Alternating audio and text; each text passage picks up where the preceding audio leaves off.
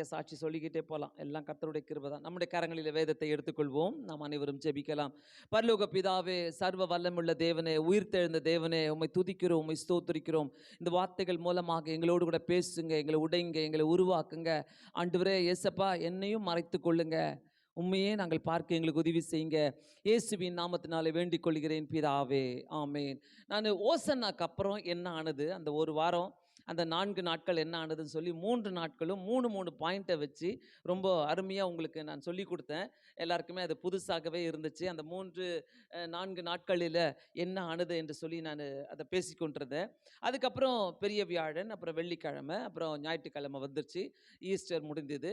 இந்த இந்த இந்த உயிர்த்தெழுந்த நாட்களுக்கு இந்த 3 நாட்கள் கழித்து இந்த 4வது நாட்களில் இந்த ஒரு வாரத்தில் கர்த்தர் 40 நாள் இந்த உலகத்தில் இருக்கிறார். அதுக்கப்புறமா அதெல்லாம் பார்த்துருக்குறோம். அதெல்லாம் நம்ம பைபிளில் படிக்கிறோம். இதுக்கப்புறம் அவர் முக்கியமான சில விஷயங்களை அவர் செய்கிறார். நிறைய பேர் அவரை நம்ப மாட்டுறாங்க. ஏன்னா அவரோடு கூட இருந்தே பழகிட்டாங்க. சீஷர்கள் அவரோடு கூட இருந்தே பழகிட்டாங்க. இப்போ நம்மளும் ஆண்டவரோடு கூட இருந்தே பழகிட்டோம்.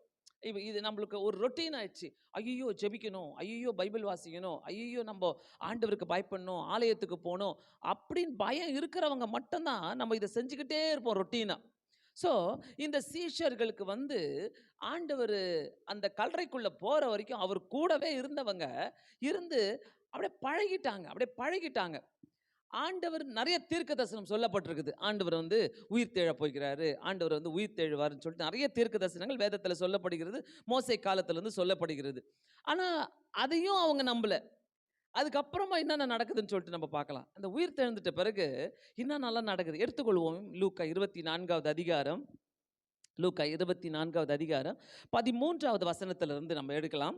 122வது பக்கம் புதிய ஏற்பாடில் லூக்கா 24வது அதிகாரம் 13வது வசனத்திலிருந்து. அன்றைய தினமே அவர்களில் 2 பேர் எருசலேமுக்கு 7 அல்லது 8 மைல் தூரமான எம்மாவு என்னும் கிராமத்துக்கு போனார்கள். போகையிலே இந்த வர்த்தமானங்கள் யாவையும் குறித்து அவர்கள் ஒருவரோடு ஒருவர் பேசிக்கொண்டார்கள். என்ன பேசிக்கொண்டார்களா? இப்படி ஏசாமியை கல்லறையில் போட்டாங்க, அவரை சாகடிச்சிட்டாங்க, அப்படிலாம் பேசிக்கொண்டே போகிறாங்க. என்ன அந்த 11வது வசனம் பார்த்தீங்கன்னா, இவர்களுடைய வார்த்தைகள் அவர்களுக்கு வீண் பேச்சாக தோன்றினாலே இவர்களை நம்பவில்லை. ஏசாமியை அவங்க நம்பல. அவர் உயிர் தெழுந்தாருன்னு சொல்லிட்டு அவங்களால நம்ப முடியல. ஆனால் அவங்க எம்மாவூர் ஜேர்னி, என்ன த ஜேர்னி டு எம்மாவூர் சாலையில் நடந்து போயிட்டே இருக்கிறாங்க. அந்த ரோட்டில் எம்மாவூ என்கிற கிராமத்துக்கு போனார்கள். போகையிலே வர்த்தமானங்கள் யாவையும் குறித்து அவர்கள் ஒருவரோடு பேசிக்கொண்டே போகிறாங்க. ஆண்டவரை பற்றி தான் பேசுகிறாங்க. அவர் நம்ம கூட இருந்திருந்தா நல்லா இருந்திருக்குமே, அவர் சாகடிச்சிட்டாங்க, அவர் ஏன் உள்ளே போட்டாங்க, அப்படிலாம் நிறைய பேசி நடந்துட்டுருக்கோம். 15வது வசனத்தில் இப்படி அவர்கள் பேசி சம்பாஷித்து கொண்டு இருக்கையில் இயேசு தாமே சேர்ந்து அவர்களுடனே நடந்து போனார். என்ன ஒரு ஆச்சரியம் இல்லை?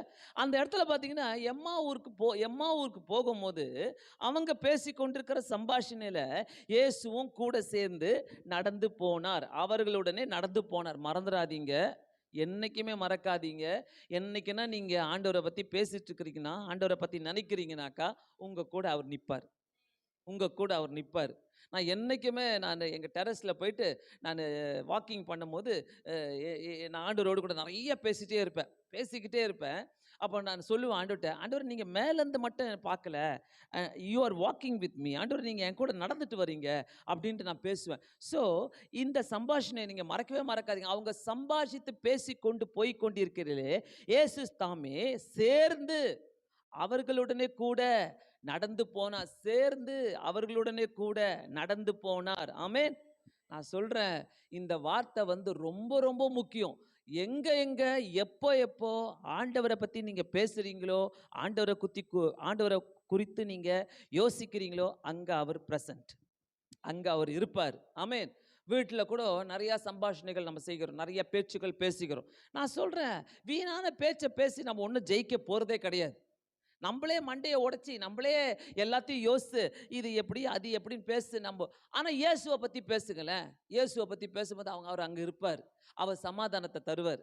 நிறைய பேருடைய சாட்சிகளை கேட்கும் போது எனக்கு ரொம்ப சந்தோஷமாகுது. அந்த 40 நாள் அப்படியே சமாதானமாக போச்சு, ரொம்ப நல்லா இருந்துச்சு, எல்லாமே சூப்பராக போச்சுன்னு கேட்கும் போது ரொம்ப சந்தோஷமாக இருக்குது. ஏன்னாக்கா நான் எப்படி பார்க்குறேனாக்கா, இதை அவங்க கவலையாகவும் பேசிட்டு போயிருப்பாங்க, சந்தோஷமாகவும் பேசிட்டு போயிருப்பாங்க. ஏன்னா இயேசுவோடு கூட இருந்த நாட்களை பேசியிருப்பாங்க, இயேசு இல்லாத நாட்களையும் பேசியிருப்பாங்க. அவர் இருந்திருந்தா இப்படி இருக்குமே, அவர் இருந்திருந்தா இப்படி இருக்குமே. ஆனா அவர்களுடனே கூட நடந்து போனார். எங்கிருந்து வந்தாரு?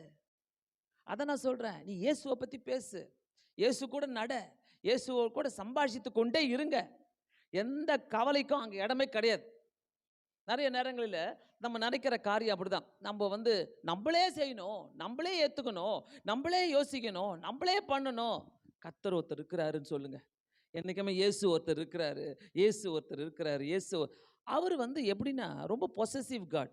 Possessive god. பொசசிவ்னா உங்களுக்கு தெரியும்ல, எனக்கு மட்டும்தான் அவரு. அந்த மாதிரி அப்படிப்பட்ட கடவுள் அவர். அவரை நீங்க கூப்பிடுறீங்கனாக்கா அவரை பத்தி பேசுங்க. சும்மாவே அவரை பத்தி துதிங்க. சும்மாவே எவ்வளவு பெரியவர் இல்ல. ச்சே, காட் இஸ் குட் இல்ல. எவ்வளோ என்னென்னலாம் செய்கிறாரு பாரு, என்னென்னலாம் அற்புதம்லாம் செய்கிறாரு பாரு, எப்படியெல்லாம் செய்கிறாரு பாரு. அப்படி நீங்க பேச ஆரம்பிங்க. he is present. அங்க இருப்பார் அவர். he is present. Our present போடுவார் அங்க வந்து. நீ என்ன பத்தி தானே பேசுற, I am present here அப்படின்னுவார். present teacher அப்படி சொல்றோம்ல, அந்த மாதிரி அவர் present-ஆ இருப்பார். நிறைய நேரங்களில் நம்ம இழக்கிற காரியங்கள், இழந்துட்டோம், நம்ம ஆண்டவர் இல்ல அங்க, ஐயோ நம்மளை விட்டுட்டு போயிட்டாரு, அப்படிதான் பேசியிருக்கிறாங்க. அந்த எம்மாவு சாலையில, ஜேர்னி டு எம்மாவு போகும்போது அவங்க அப்படிதான் பேசிட்டு போறாங்க. அவர் இருந்திருந்தா, அவர் இருந்திருந்தா, அவர் இருந்திருந்தா. போகையிலே இந்த வர்த்தமானங்கள் யாவையும் குறித்து ஒருவரோடு ஒருவர் பேசிக் கொண்டார்கள்.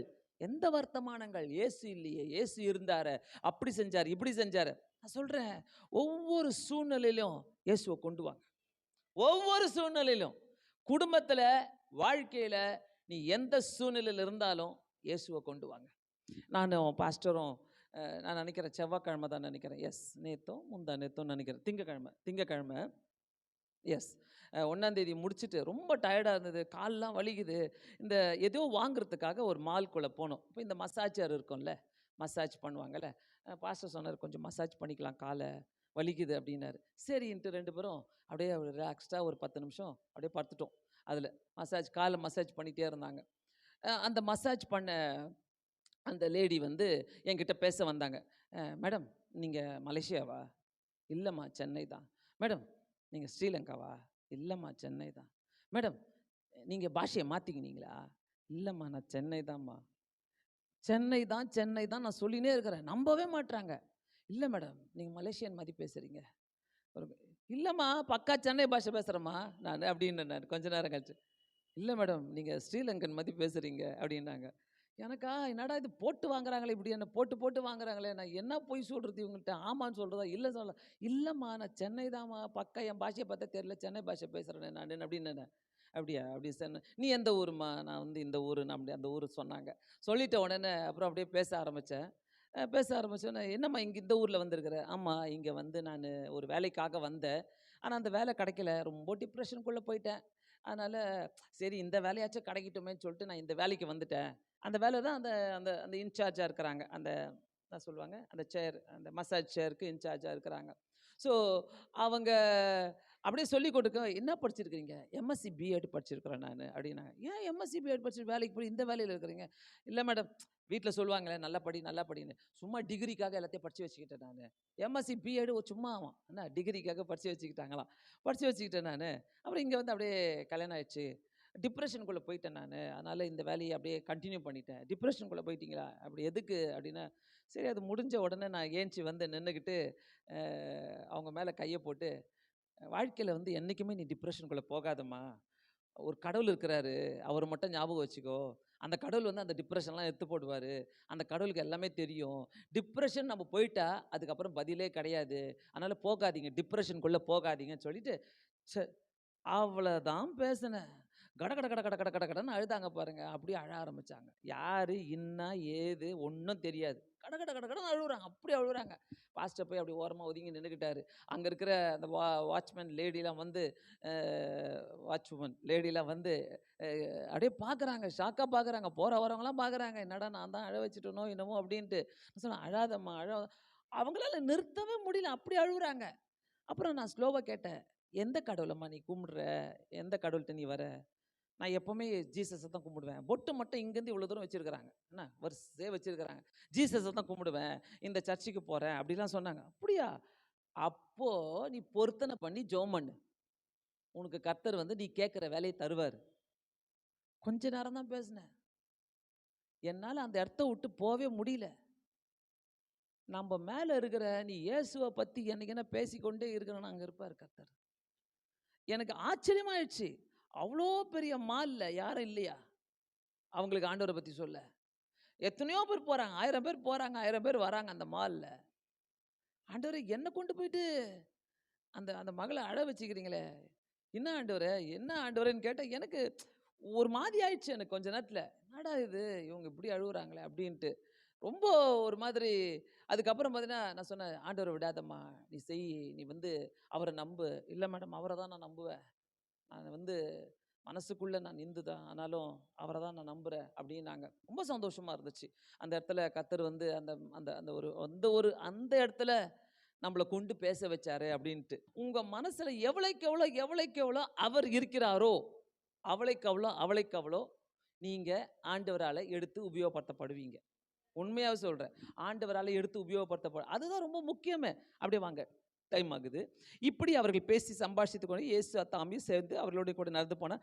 ஆனாலும் அவரை அறியாதபடிக்கு அவர்களுடைய கண்கள் மறைக்கப்பட்டு இருந்தது. சாத்தானுடைய வேலையே இதுதான். ஆனாலும் அவரை அறியாதபடிக்கு, அவர் கூட அவரும் வந்தாரு.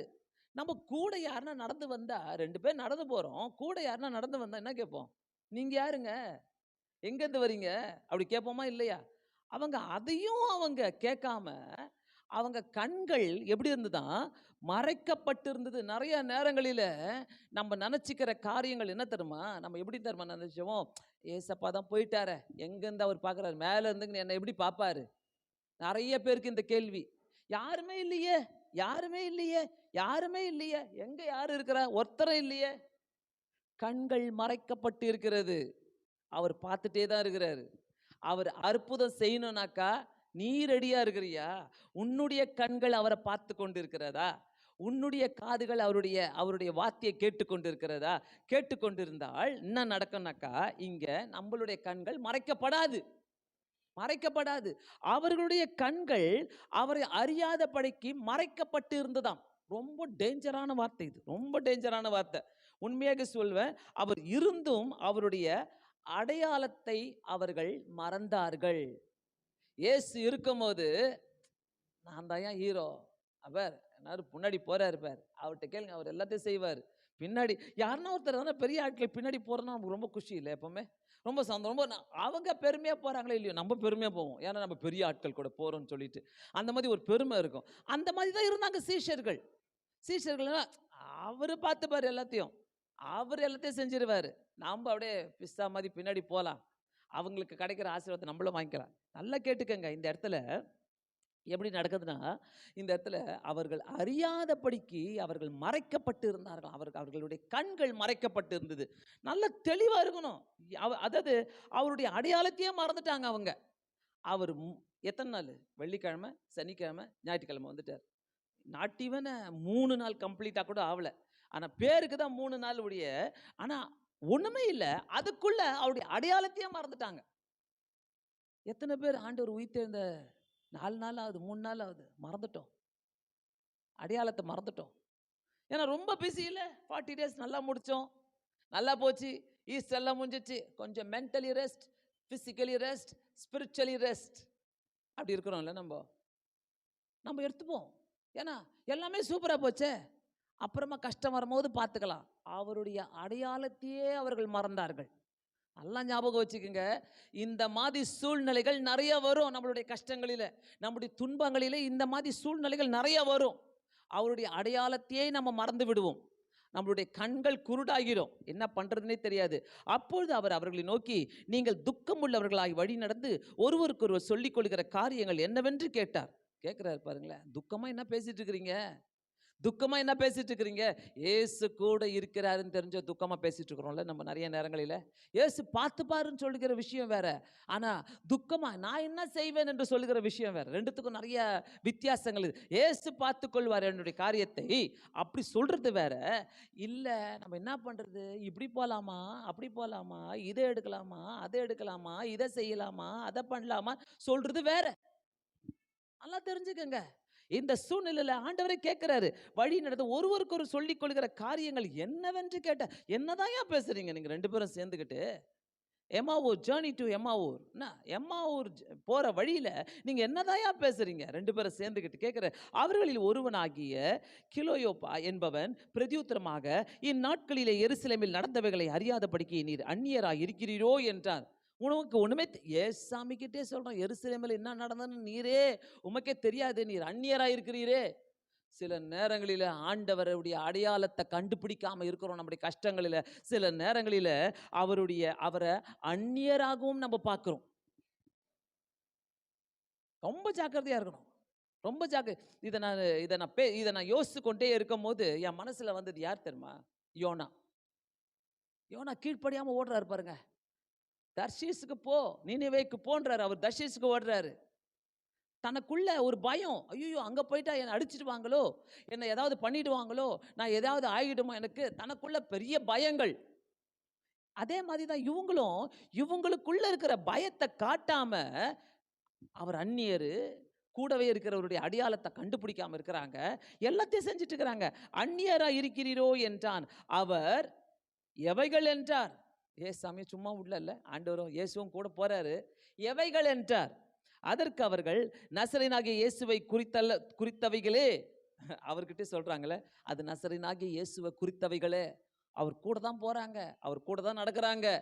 ஆனா நிறைய நேரங்களில் நம்மளுடைய வாழ்க்கையில நீ செய்யு, நீ பண்ணு, நீ போ, நீ அங்க கேளு, நீ இதை பண்ணு, நீ இதை செய், நீ முழங்கால் போடுன்ற. நான் நீ முட்டி போடு, நீ முழங்கால் போட்டா அந்த நசரேயனாகிய இயேசு உன்கிட்டையும் பேச வல்லவராய் இருக்கிறார். நம்ம பிரச்சனை நேரத்துல அவருடைய அடையாளத்தை நம்ம பார்க்க மாட்டோம். நம்ம கண்கள் மறைக்கப்பட்டோம். பிரச்சனை நேரங்களில நம்ம அவரை அந்நியரா தான் பார்ப்போம். அவருக்கு என்ன தெரிய போகுது என் பிரச்சனை? அவருக்கு என்ன தெரிய போகுது என்னுடைய கஷ்டம்? அவருக்கு என்ன அவர் என்ன செய்ய முடியும் இந்த உலகத்துல வந்து? அவர் என்ன பண்ண முடியும்? அடையாளத்தை காட்டிட்டோம்னாக்கா அவரை தான் சொல்லிட்டு அவர் அற்புதங்களை செய்கிற தேவனா இருக்கிறார். ஆமென். அவர் அற்புதங்களை செய்கிற தேவன். நசரேயனாகிய இயேசுவை குறித்தவைகளே. அவர் தேவனுக்கு முன்பாகவும் ஜனங்களுக்கு முன்பாகவும் செய்கையிலும் வாக்கிலும் வல்லமை உள்ள தீர்க்கதரிசியாக இருந்தார். எப்படி சொல்றாங்க பாருங்க. அவங்களே சொல்றாங்க இயேசு கிட்ட அவர் வல்லமுள்ள தீர்க்கதரிசியா இருந்தார் சொல்லிட்டு. ஆனா அவங்களுக்கு அவர் கூட இருந்தார் தான் பேரு. தீர்க்கதரிசியா இருந்தார் தான் பேரை வச்சுக்கிறாங்களே ஒழிய அவர் எந்த நோக்கத்தோடு வந்தாருன்றது அவங்களுக்கு தெரியல. அவர் வந்த நோக்கமே அவங்களுக்கு தெரியாம இருந்தது. கூட இருந்தாங்க. அவர் கல்லறைக்கு போற வரைக்கும் அவர் கூட இருந்தாங்க. ஆனா அவர் வந்த நோக்கம் என்ன? அந்த வந்த நோக்கத்தை தான் 21வது வசனத்துல பார்க்கிறோம். அவரே இஸ்ரவேலை மீட்டு ரட்சிக்கிறவர் என்று நாங்கள் நம்பியிருந்தோம். இவைகள் சம்பவித்தது இந்த 3 நாள் ஆகிறது. இஸ்ரவேலை மீட்டு ரட்சிக்கிறவர்ன்றத உணராம இருந்தாங்க. அவங்க சொல்றாங்க, ஆனா உணராம இருந்தாங்க. நம்மளை மீட்டு ரட்சிக்கிறவர் நம்ம கூட இருக்கிறாரு. அவரை நம்ம ஏத்துக்கொண்டோம். அவர் தான் நம்மளை எல்லாத்தையும் செஞ்சுட்டு இருக்கிறாருன்றத நம்ம மறந்து விடுகிறோம். நிறைய நேரங்களில மறந்து விடுகிறோம். அவருக்குன்னு சொல்லி அவர் எப்படின்னாக்கா, நீ எனக்கு உண்மையா இரு, அவ்வளவுதான். அவருக்கு நம்ம உண்மையா இருக்கணும். அவருடைய காரியங்கள்ல நம்ம உண்மையா இருக்கணும். அவர்கிட்ட பேசுறதுல நம்ம உண்மையா இருக்கணும். அவருடைய எல்லாவற்றையும் நம்ம உண்மையா இருக்கும்போது அவர் நம்மளை மீட்டுக் கொள்கிற தேவனாய் இருக்கிறார். இஸ்ரவேலை மட்டுமல்ல, நம்மளை மீட்டுக் கொள்கிற தேவனுமாக இருக்கிறார். ஆனாலும் எங்கள் கூட்டத்தை சேர்ந்த சில ஸ்திரீகள் அதிகாலமே கல்லெடுத்துக்கு போனார்கள். அதெல்லாம் சொல்லிட்டே வராங்க. சொல்லிக்கிட்டே வந்து அப்பொழுது 24வது வசனம், அப்பொழுது எங்களிலே சிலர் கல்லெடுத்துக்கு போய் ஸ்திரீகள் சொன்னபடியே கண்டார்கள், அவரையோ காணவில்லை. அவர்கிட்ட எல்லா கதையும் சொல்றாங்க. அவரை காணல, அவரை நாங்க பார்க்கல, அவரை நாங்க பார்க்கவே இல்லை. நான் சொல்றேன், ஒவ்வொரு இடத்திலையும் அவரை தயவு செய்து அடையாளத்தை கண்டுபிடிங்க.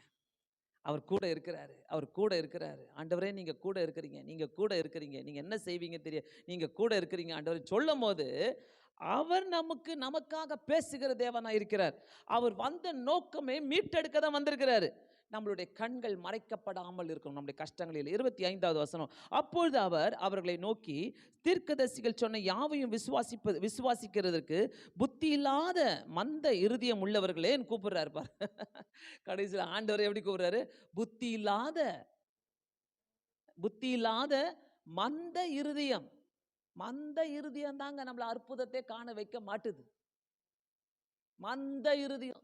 எவ்வளோ சொன்னாலும் அப்படியே அந்த வயிறு, இருதயம், முகம், கழுத்து எல்லாம் ஒன்னாயிடும். எல்லாம் மந்த இருதயம் ஆயிடும். டபக்குன்னு அந்த மந்த இருதயத்தை உள்ள விட்ட உடனே அற்புதம் நடக்கிறதில்ல, அடையாளங்கள் நடக்கிறதில்ல. அந்த அடையாளத்தை நம்ம மறந்துடுறோம். மந்த இருதயம் ஆண்டவர் கண்டுபிடிச்சிட்டாரு பாருங்க. உனக்கு நோவு இல்லை, உனக்கு வியாதி, எந்த வியாதியும் கிடையாது. உன்கிட்ட இருக்கிற வியாதியை மந்த இருதயம். ஆமென். கர்த்தர் உயிர்த்தெழுந்தாரு. ஆனா நான் ஏன் நீ மந்த இருதயமா இருக்கிறேன்? நான் ராணி நட போடணும், நான் ராஜ நட போடணும். ஏன்னா உயிர்த்தெழுந்த தேவனை நான் கொண்டாடிட்டு வந்திருக்கிறேன். ஆமென். உயிர்த்தெழுந்த தேவன் என்ன வேணாலும் செய்ய முடியும் எனக்காக, எதை வேணாலும் செய்ய முடியும் எனக்காக. ஸோ புத்தி இல்லாத மந்த இருதயமா இருக்கிறீங்களேன்னு சொன்னா கூட பல்லாத, புத்தி இல்லாத மந்த இருதயமா இருக்கிறீங்களேன்னு சொல்லிட்டாரு. புத்தி இல்லாத மந்த இருதயம். ஏன் எப்படி? புத்தி இல்லாத மந்த இருதயம் உள்ளவர்களே கூப்பிடுறாரு அவங்கள. புத்தி இல்லாத மந்த இருதயம் உள்ளவர்களே என்னை நம்புங்க, நான் தானே கூட வரேன். எப்படி பேசுறாரு பாருங்க, எப்படி சொல்லி தராரு பாருங்க. கிறிஸ்து இவ்விதமாக பாடுபடவும் தமது மகிமையிலே பிரவேசிக்க வேண்டியது இல்லையா என்று சொல்லி மோசே சொல்றதெல்லாம் சொல்றாரு. 28வது வசனத்துல, அத்தருணத்திலே தாங்கள் போகிற கிராமத்துக்கு சமீபமானார்கள். அப்பொழுது அவர் அப்புறம் போகிறவர் போல காண்பித்தார். அது வரைக்கும் சொல்லவே இல்லை. இவ்வளோ பேச்சு நடக்குது, இவ்வளோ சொல்றாரு. அப்புறம் என்ன பண்றாரு? அப்புறம் போகிறவர் போல காண்பித்தாரு. ஆனா அது வரைக்கும் சொல்லல. நம்ம கடவுள் இருக்கிறாரு ஏசப்பா, என்ன சொல்றதுனே தெரியாது. உன்னை 0 வரைக்கும் கூட்டிட்டு போவாரு. அங்க போயிட்டு பக்கத்துல இன்னொரு 0 போட்டு இந்த பக்கம் ஒரு 1 போட்டுருவார், நீ 100 ஆயிடுவ. அதான் ஒரு டெக்னிக்கு. 0 வரைக்கும் கூட்டிட்டு போவார். நீ நம்புறியா இல்லையான்னு பார்க்கறதுக்கு, நீ அவரை விசுவாசிக்கிறியா இல்லைன்னு பார்க்கறதுக்கு 0 வரைக்கும் கூட்டின்னு போவார். அந்த 0 வரைக்கும் கூட்டின்னு போகும்போது அவர் உன் கூட தான் நடப்பார். ஆனால் உனக்கு அவருடைய அடையாளமும் தெரியாது, அவருடைய ரூபமும் தெரியாது. அவர் அந்நியர் நினச்சிப்ப, என்னென்னமோ நினச்சிக்கிட்டு நீயும் அந்த 0 வரைக்கும் போயிட்டு, இதுதான் என் கதி, இதுதான் என் வாழ்க்கை, இதுதான் என்ன. ஆனால் நீ விசுவாசித்தினாக்கா அவருடைய கதையே வேற, அவர் செய்கிற அதிசயங்களே வேற, அவருடைய செய்கிற மகிமையே வேற. அதனால அங்கே போய் பார்க்குறோம். அப்புறம் போகிறவர் போல காண்பித்தார். அவர்கள் அவரை நோக்கி, நீர் எங்களுடனே தங்கியிரும். கொஞ்சம் வந்துருச்சு மைண்டுக்குள்ள, அந்த மந்த இருதயம் கொஞ்சம் அப்படி போயிடுச்சு. திட்டின உடனே அப்படி எகிரி போயிடுச்சு அந்த மந்த இருந்தியெல்லாம். அதனால நீர் எங்களுடனே தங்கியிரும். ஏன்னா கொஞ்சம் நல்லா பேசிட்டு வருகிறீரே, நீர் யாரோ, எப்படிப்பட்டவரோ, எங்கேருந்து வந்தவரோ, நல்லா பேசிட்டு வந்தீரே அப்படின்னு சொல்லி அவங்களுக்குள்ளே நீர் எங்களோடே தங்கியிரும். அதாவது நம்ம ஒருத்தருக்கும் அந்த பாருங்களேன், எங்களோட தங்கியிரும், சாயங்காலம் ஆயிற்று, பொழுதும் போயிற்று என்று அவரை வருந்தி கேட்டுக்கொண்டார்கள். பிரியமானவர்களே, நான் சொல்றேன், உயிர் தெழுந்த இயேசுவை வருந்தி கேட்டுக்கங்க. டெய்லி என் கூட இருங்க ஆண்டவரே, வருந்தி கேட்டுக்குங்க. என் கூட இருங்க ஏசப்பா, என் கூடவே இருங்க ஏசப்பா, என்னை விட்டு போவாதீங்க ஏசப்பா, நீங்க தான் ஏசப்பா சொல்லி நம்ம வருந்தி கேட்டுக்கொள்ளணுங்க. அவர் கூட இருக்கிறவங்க வருந்தி கேட்டுக்கொண்டார்கள். ஆமென். வருந்தி கேட்டுக்கொண்டார்கள். வருந்தி வருந்தி கேளுங்க ஆண்டவர்கிட்ட, ஏசப்பா இந்த சூழ்நிலையில் நீங்க மட்டும்தான் வருந்தி கேட்டுக்கொள்ளுங்க. இந்த மனப்பான்மை நம்ம ஒருத்தருக்கும் வரணும். ஆமென். எல்லா சூழ்நிலை, எப்படிப்பட்ட பிரச்சனை வந்தாலும், வாழ்க்கையில எப்படிப்பட்ட பிரச்சனை வந்தாலும் சரி, நான் சொல்றேன், ஆண்டவரே உங்களை விட்டா எனக்கு வேற கதி கிடையாது, நீங்க தான் இதில் செய்யணும் அற்புதம்னு சொல்லிட்டு அவரை மட்டுமே பிடிங்க. அவரை பிடிச்சிட்டீங்கன்னாக்கா இந்த கையில வேற எதையும் பிடிக்க பார்க்காதீங்க. இந்த கையில ஜெபத்தை வச்சுக்கோங்க, இந்த கையில பைபிளை வச்சுக்கோங்க, இந்த கையில அவரை பிடிங்க. வருந்தி கேட்டுக்கொண்டார்கள். அந்த வற்புறுத்தல் வேணுங்க. ஆண்டவர் என் கூட இருங்க, டெய்லி என் கூட இருங்க ஆண்டவரே, என் கூட இருங்க ஆண்டவரே. அந்த அந்த அவர் நம்ம கூட இருக்கிறதே பெரிய ஒரு மகிமை, பெரிய ஒரு சந்தோஷம், பெரிய ஒரு சமாதானம். அவர் உங்க கூட இருக்கிறார்னாக்கா உனக்கு கிட்டவே யாரும் வர முடியாது. ஆமென். ஒரு ஊழியக்காரர் இப்படியாக சொல்லுகிறார். என்ன சொல்லுகிறார்னா, அவருக்கு திடீர்னு பார்த்தீங்கன்னாக்கா மென்டலி, பிசிக்கலி ரொம்ப டயர்ட் ஆயிட்டு ஜெபிக்க முடியாம போயிடுச்சு. வேதம் வாசிக்க முடியல. ரொம்ப சோர்வா இருந்தாரு. அப்போ சாத்தான்கள்லாம் கூட்டம் சேர்ந்து என்ன பிளான் பண்ணாங்களாம், இந்த பாஸ்டர் இன்னைக்கு நல்லா இவரால ஜெபிக்க முடியல, இவரால சோர்வா இருக்கிறாரு, இவருக்கு என்ன பண்ணலாம், இவரை போயிட்டு எல்லா பிரச்சனையும் குடுத்துடலாம். இன்னைக்கு அவர் எல்லாத்தையும் ஏத்துப்பாரு, வேற வழியே கிடையாது, அவருக்கு பாதுகாப்பே இல்ல, அவர் இன்னைக்கு முழங்கால் போடல, அதனால நம்ம அவர் கிட்ட போக முடியுது. இவ்வளவு நாள் முழங்கால் போட்டார், நம்ம அவர் கிட்டவே போக முடியல. அவரை சுத்தி அக்னியா இருந்தது, ஆனா இப்போ ஒண்ணுமே இல்லை, அவரால் ஜெபம் பண்ண முடியல. அதனால நம்ம இப்போ போயிட்டு எல்லா பிரச்சனையும் போடலாம். குட்டி சைத்தானுங்களாம் சேர்ந்து என்ன பண்ணுதான், பிசாசுங்களாம் சேர்ந்து அவர்கிட்ட போயிட்டு பிரச்சனையை தூக்கின்னு போயிட்டு அவர் மேலே போடணும்னு போகவே முடியலையாம். அவரை சுற்றிலும் திருப்பி அதே அக்னியை பார்க்குறாங்களாம், அதே அக்னி. அப்போ இவர் திருப்பி உற்சாகமாக ஆயிட்டு எழும்பி ஜெபிக்க ஆரம்பிச்சாராம். ஐயோ ஆண்டவரே, திருப்பி என்னை எழுப்பி விட்டீங்களே, நான் திருப்பி எழும்பி இந்த மாதிரி ஜெபிக்க எனக்கு உதவி செஞ்சீங்களே. அப்போ ஆண்டவர் சொன்னாராம், உன்னால ஜெபிக்க முடியல, நீ சோர்வாயிட்ட, உன்னால எதுவுமே செய்ய முடியல, ஆனா உனக்காக அந்த நேரத்தில் யாரோ ஜெபம் பண்ணிட்டு இருந்தாங்க அப்படின்னு சொன்னாராம். உனக்காக யாரோ ஜெபம் பண்ணிட்டு இருந்தாங்க, அந்த ஜெபம் உன்னை காப்பாத்துச்சு. இந்த பிசாசுகள்லாம் உன்னை சுத்தி வந்தது, உனக்கு நிறைய பிரச்சனையை கொண்டு வந்துச்சு. இந்த ஒரு நாள்ல உன்னை போட்டு அமைக்கணும்னு சொல்லிட்டு உனக்கு நிறைய பிரச்சனையை கொண்டு வந்துச்சு. ஆனா யாரோ உனக்காக பண்ண ஜெபம் உன்னை தேவ தூதர்களை வைத்து காப்பாற்றி உனக்கு இன்னைக்கு நீ எழும்பி ஜெபிக்க கர்த்தர் உனக்கு உதவி செய்தார். அப்புறம் ஒரு நாள் அவர் வெளியில் போகிறாராம், அன்னைக்கு ஜெபம்லாம் பண்ணிட்டு வெளில போகிறாராம். அவர் படிக்கும் போது அவருடைய வாழ்க்கையில் யார் இயேசுவை பற்றி சொன்னாங்களோ அந்த டீச்சர் சொன்னாங்களாம், தெரியல, உன்னை பற்றி ஒரு பாரமாக இருந்து நான் உனக்காக ரொம்ப ஜெபம் பண்ணேன் இந்த டைமில். அப்போ உணர்ந்தாராம் அவரு, யாரோ எனக்காக ஜெபம் பண்ணியிருக்கிறாங்க, அந்த ஜெபம் என்னை காப்பாத்திருக்கிறது. மறந்துடாதீங்க, உங்களுக்காக ஜெபிக்க யாரோ ஜெபம் பண்ணிட்டு இருக்கிறாங்க, உங்க போதகர்கள் ஜெபம் பண்ணிட்டு இருக்கிறாங்க. யாரோ உங்களுக்காக ஜெபம் பண்ணும்போது நீங்க இருக்கிற சூழ்நிலையில அந்த ஜெபங்கள் உங்களை காப்பாற்றி கொண்டு இருக்கிறது. மறக்கவே மறக்காதீங்க, இதெல்லாம் மறக்கவே மறக்காதீங்க. இந்த இடத்துல நான் நினைக்கும் போது உண்மையாக வருந்தி கேட்டுக்கொண்டார்கள், வருந்தி கேட்டு, ஏசப்பா நம்ம கூட இருக்கும் போது வித்தியாசங்க, அதோடைய வித்தியாசமே வேற. அவர் கேட்டுக்கொண்டார்கள். அப்போது அவர் அவர்களுடனே தங்கும்படி உள்ளே போனார். அவர்களோட அவர் பந்தி இருக்கையிலே அவர் அப்பத்தை எடுத்து ஆசீர்வதித்து அதை பிட்டு அவர்களுக்கு கொடுத்த உடனே பாருங்க, அந்த ஒரு விருந்து அவர் ஆயத்தப்படுத்துறாரு பாருங்க. அதுதான் அவருக்கு பிடிச்சமான விருந்து. அன்னைக்கு நம்ம பார்த்தல, ஆசையா இருந்தார், அந்த விருந்துல தான் அவர் ஆசையா இருந்தார். அப்பொழுது அவருடைய கண்கள் திறக்கப்பட்டு அவரை அறிந்தார்கள். விருந்தை சாப்பிட்ட பிறகுதான் அவர் அறிந்தார்கள். அது வரைக்கும் நீங்க கூட இருங்க, எங்களுக்கு பயமா இருக்குது, நீங்க கூட இருங்க, எங்களுக்கு பயமா இருக்குது, நீங்க எங்களை விட்டு போகாதீங்க. அந்த திருவிருந்து அவங்க அப்பத்தை பிட்டு கொடுத்த பிறகுதான் அவங்களுடைய கண்கள் திறக்கப்பட்டது. அதுக்கு தான் நம்மளுக்கு திருவிருந்து ரொம்ப முக்கியம். ஆமென். ஆண்டவர் உயிர்த்தெழுந்து இத்தனை காரியங்களை செஞ்சுட்டு இருக்கிறாரு, இத்தனை அற்புதங்களை செஞ்சுட்டு இருக்கிறார் ஆண்டவர் உயிர்த்தெழுந்து. அப்பொழுது அவருடைய கண்கள் திறக்கப்பட்டு அவரை அறிந்தார்கள். உடனே அவர்களுக்கு மறைந்து போனார். ஏன்னா அவருக்கு நிறைய வேலை இருக்குது, அவங்க கூட உட்கார்ந்துட்டு இருக்கவே முடியாது, அவங்க கூட உட்கார்ந்துட்டு இருக்க. அவர் மறைந்து போகிற நேரத்துல தான் நமக்கு ஜெபங்கள் தேவை. அவர் மறைந்து போற நேரத்துல தான் நம்மளுடைய வாழ்க்கையில ஜெப வீரர்கள், நமக்காக ஜெபிக்கிறவர்கள் நமக்கு தேவை. நிறைய பேருக்கு ஜெபிக்கிறவங்க இல்ல இந்த உலகத்துல, நிறைய பேருக்கு இல்ல. அதனால தான் அவங்களுடைய வாழ்க்கையெல்லாம் இன்னைக்கு பார்த்தீங்கன்னா எங்கெங்கேயோ சுத்திட்டு இருக்கிறாங்க, எங்கெங்கேயோ போறாங்க, போலீஸ் ஸ்டேஷன் போறாங்க, மென்டல் ஹாஸ்பிட்டல் போறாங்க, கோர்ட்டுக்கு போறாங்க, எங்கெங்கேயோ போறாங்க. நான் சொல்றேன், அவர் மறைந்து போயிட்டாருனாக்கா, ஆண்டவரே உங்க அடையாளத்தை காட்டுங்க, நீர் எனக்கு அந்நியரே கிடையாது ஆண்டவரே, நான் உங்களோடு கூட இருக்கணும் ஆண்டவரே, இப்படி சொல்லி ஜெபிக்கும் போது அவர் கண்டிப்பா மறைந்து போகாத தேவனாக நம்மோடு கூட இருக்கிறார். அப்பொழுது அவர்கள் ஒருவரை ஒருவர் நோக்கி வழியிலே அவர் தம்முடனே பேசின வேத வாக்கியங்களையும் நமக்கு விளக்க காட்டின பொழுது நம்முடைய இருதயம் நமக்குள்ளே கொழுந்து விட்டு எரியவில்லையா என்று சொல்லி கொண்டு பாருங்க, அவர் பேசின வார்த்தைகள் கொழுந்து விட்டு எரியவில்லையா? நீ ஆண்டவருக்குள்ள இருந்து பாரு, நீ ஆண்டவர் கூடவே இருந்து பாரு, ஆண்டவர் கூடவே நடந்து பாரு, கண்டிப்பா நீ பேசுற வார்த்தைகள் கொழுந்து விட்டு எரியும். அதை தான் நான் பண்ணேன், அதான் நான் சொன்னேன். ஏன் திடீர்னு அழுதாங்க? நான் இந்த வசனம் தான் நான் ரெஃபர் பண்ணுவேன். நம்மளுக்குள்ள இயேசு, நம்மளுக்குள்ள இருக்கிற இயேசு இன்னொருத்தர மனசை பாதிக்கும், ஆண்டவருக்குள்ள இல்லாதவங்களுடைய மனசை பாதிக்கும். நம்மளுக்குள்ள இருக்கிற இயேசு, நம்மளுக்குள்ள இருக்கிற கிறிஸ்து இன்னொருத்தர் மனசுக்குள்ள இருக்கிற கஷ்டங்களை வெளியே கொண்டு வரும். ஆமென்.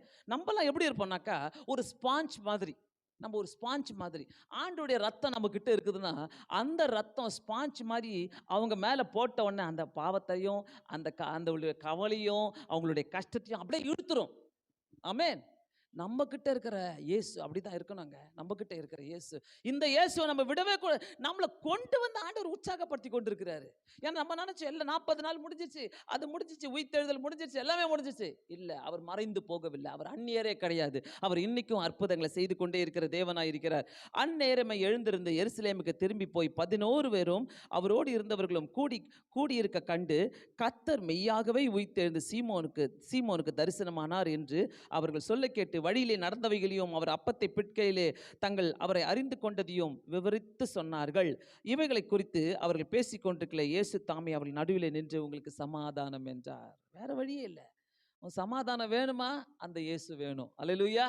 உங்க வீட்டுல சமாதானம் வேணுமா? அந்த இயேசு வேணும். அந்த இயேசுவை தொலைச்சிடாதீங்க. அந்த இயேசு கூட தான் இருக்கிறாரு. அவர் அந்நியரா பார்க்காதீங்க. அந்த இயேசு கூட தான் இருக்கிறாரு. அவரை அறியாதவர்களா இருக்காதீங்க. அந்த இயேசு கூட தான் இருக்கிறாரு. அவரை தெரியாதவர்களா பார்க்காதீங்க. அந்த இயேசு உங்களை வேண்டாத இடத்துக்கு கொண்டு போக மாட்டாரு. வேண்டிய ஆத்துமாக்களை கிட்ட தான் கொண்டு போவார் உங்களை. அந்த இயேசு நம்ம எல்லாருக்குமே தேவை. கண்களை மூடி ஜெபிக்கலாம். பரலோக பிதாவே, எங்களோடு கூட பேசின வார்த்தைக்காக உமக்கு ஸ்தோத்திரம் ஆண்டவரே. நீர் எங்களோடு கூட இருக்கிறீர் ஐயா. எங்க கூட நிக்கிறீங்க, எங்க கூட பேசுறீங்க, எங்க கூட இருந்து எல்லா காரியங்களும் செய்றீங்களே. உங்களை நாங்க மறைத்து விடக்கூடாது ஆண்டவரே. உங்களை நாங்க மறந்து விடக்கூடாது ஐயா. உங்களை நாங்க அந்நியரா பார்க்க கூடாது ஆண்டவரே. நீர் எங்களுக்கு தேவை. நீர் எங்களுக்கு தேவை ராஜா. நீர் வாரும் பரிசுத்த ஆவியானவரே, எங்க கூட இருங்க. மன கஷ்டத்தெல்லாம் எடுத்து போடுங்க. இயேசுவின் நாமத்தினாலே வேண்டிக் கொள்கிறேன் பிதாவே. ஆமென்.